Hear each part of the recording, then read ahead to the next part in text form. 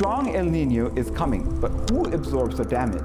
Why is it always the same people? Climate science tells us what's coming. It doesn't tell us why some communities collapse while others adapt. It doesn't tell us who benefits from how we respond to the crisis and who gets left behind. Those are political questions, and they need to be part of the conversation. That's where environmental anthropology comes in. Because when you look back at El Niños across history, one pattern keeps emerging. The weather was never the whole story.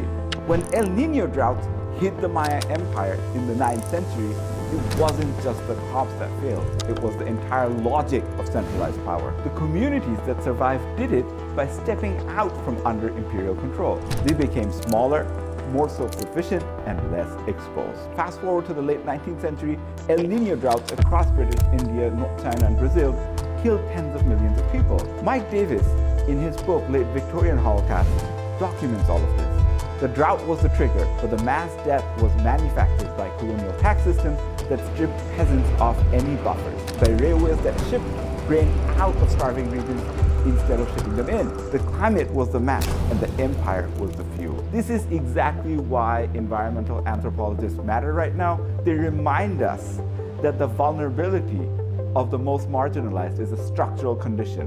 Who's in power? Who's protected? And who's left to absorb the shock? The communities most exposed to what's coming in 2026 and 2027 are not in that position by accident. They're there because of land dispossession, colonial agriculture, and economic systems designed to leave them dependent and exposed.